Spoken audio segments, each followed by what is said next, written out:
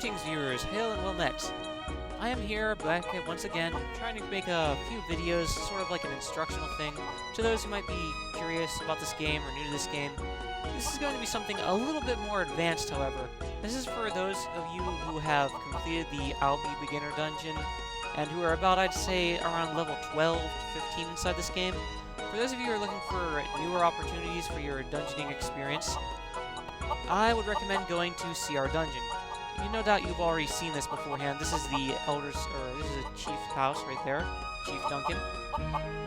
In order to be able to find out how to be able to get into the Ciar Beginner Dungeon, you can get in there at level 1 if you even wanted to. You head west from the Chief's house, through the square, down past the church, and all the way to the school. I presume that 90% of you people have already gone through the Ciar Beginner Dungeon by yourselves, and goodness, this video is probably going to be completely outdated by the time I upload this, but such is life. Some people might be a little bit, confused, be like, where do I go? I don't know where to go next. Well, if you're done with the Albi Beginner Dungeon and the Albi Dungeon itself, looking for newer places to go, this is a good idea. I hope this game doesn't lag that much either. But whatever the case, talk to Ranald, and he has a Get Ciar Beginner Dungeon Pass option. Click it. Okay, here's a pass. You can ask for it again if you need it. That doesn't mean you can fill up your inventory with a pile of passes. He tells you lies. You can fill up your inventory with however many beginner passes you want, and I would honestly recommend, once you get used to it, carry about, I'd say, 6 in with you, depending on how much of a pack rat you are. You don't need to have nearly all this stuff. As long as you have at least gloves, shoes, maybe even a helmet if you absolutely need one. You can buy one from Fergus for about 4,000 gold pieces. Not too bad of a deal, and it'll give you +1 protection, +1 defense, plus it'll give you another thing to enchant if you're so of that mind. For right now, for the setup that I have, I just have 14 health potions. I have a ton of bandages left over from a huge run that we did through Rabby Dungeon with like 8 other people. An entire guild went out there.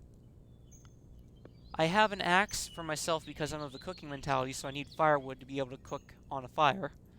I have my own cooking pot, my own cooking dipper, but really, as long as you bring along like 2 pieces worth of food, that should keep you going.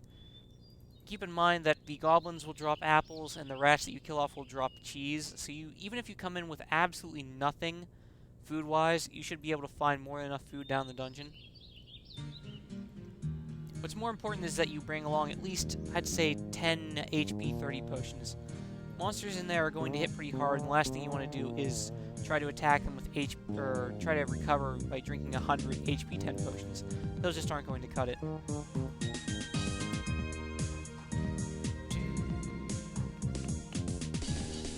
1 second, viewers. Okay, we're good.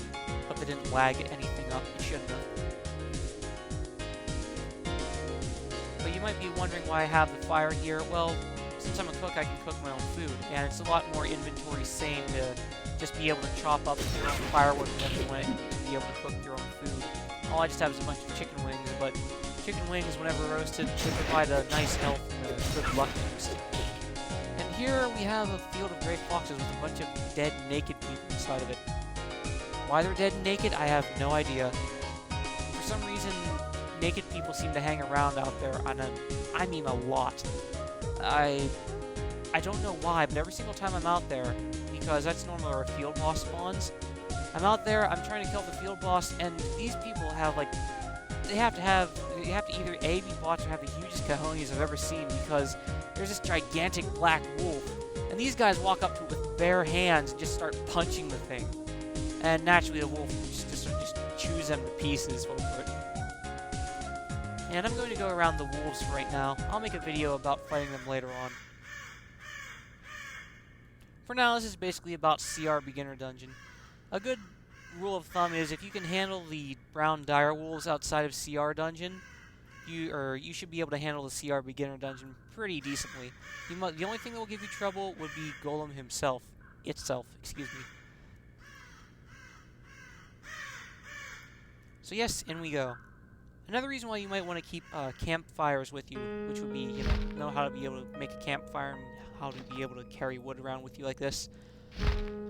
One reason why you might want to carry a small stockpile of wood with you is that whenever you're inside of a dungeon, sitting down alone does not restore your wounds. You have to be sitting next to a fire in order to restore your wounds. However, it doesn't penalize you for it in any other form or way. In fact, it gives you a bit of a bonus for sitting next to a campfire. Your wounds are recovered that much quicker.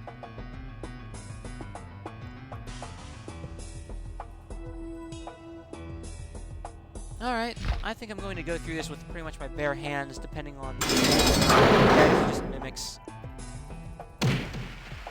My bare hands are pretty much my offhand weapon that I use for whenever I don't want to damage my two-handed sword.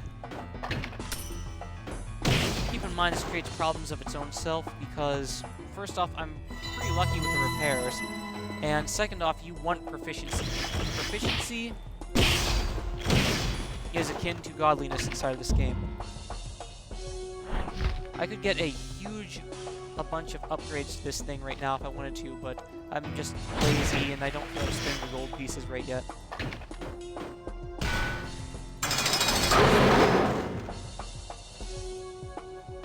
Keep in mind, even if you don't have a huge two-handed sword and, you know, 200k worth of armor, most of these monsters down here, with the sole exception of the golem, should be easily capable of being beaten by you. Just make certain that you go into the beginner dungeon. If you go into any other dungeon, these poison goblins and such, they have about the same amount of HP, a little bit more defense, but the offense, I'm telling you, my goodness. I mean, even whenever I was fully armored, I could go out and try to fight those things, and if two of them ganged up on me, I'd be toast instantly. They'd be scraping me off the dungeon floor. So just try to avoid getting surrounded in this game. Avoid monsters of different types, because they can multi-aggro on you. And yes, as you'll notice, the gold piece reward is pretty much similar to the Albi dungeon, with the sole exception of the foamers and the gold pieces dropped from the goblins. Goblin foamers are worth about, what? I'd say 300 gold pieces each, maybe more.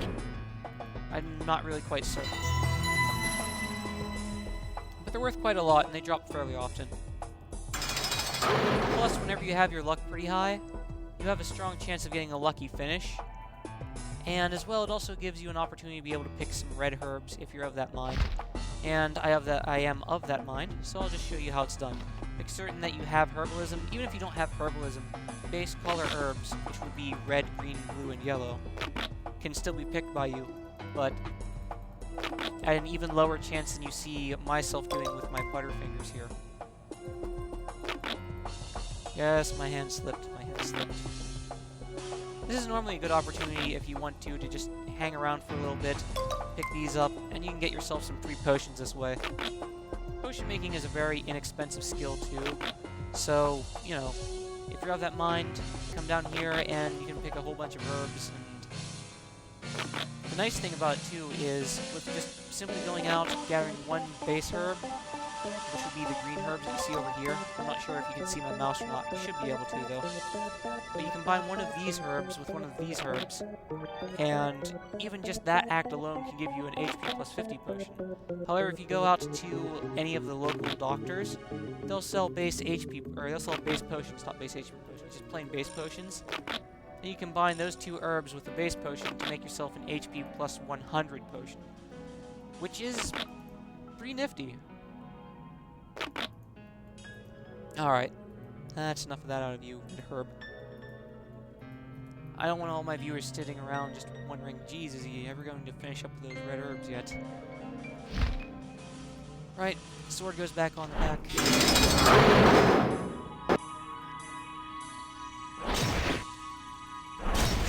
And yes, these things should die very easily, even if you are hopelessly, you know, unclothed and unarmored.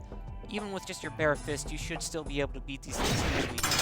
Assuming, of course, that you have at least defense, counterattack, and smash. Windmill would be nice, but you really don't need that.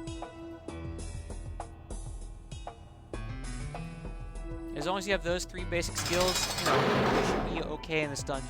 Just try going for a little bit better protection as soon as you can, because a golem will probably wipe the floor with you the first time you try to fight him, or it, whatever the thing is. And the dungeon is only 2 floors long, so we're already halfway through this entire dungeon.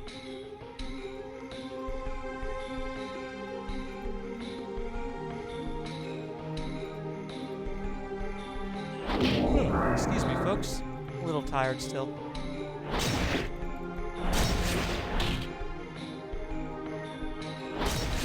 And the annoying thing is, too... is that these goblins... Pop quiz, what's the difference between a young goblin and a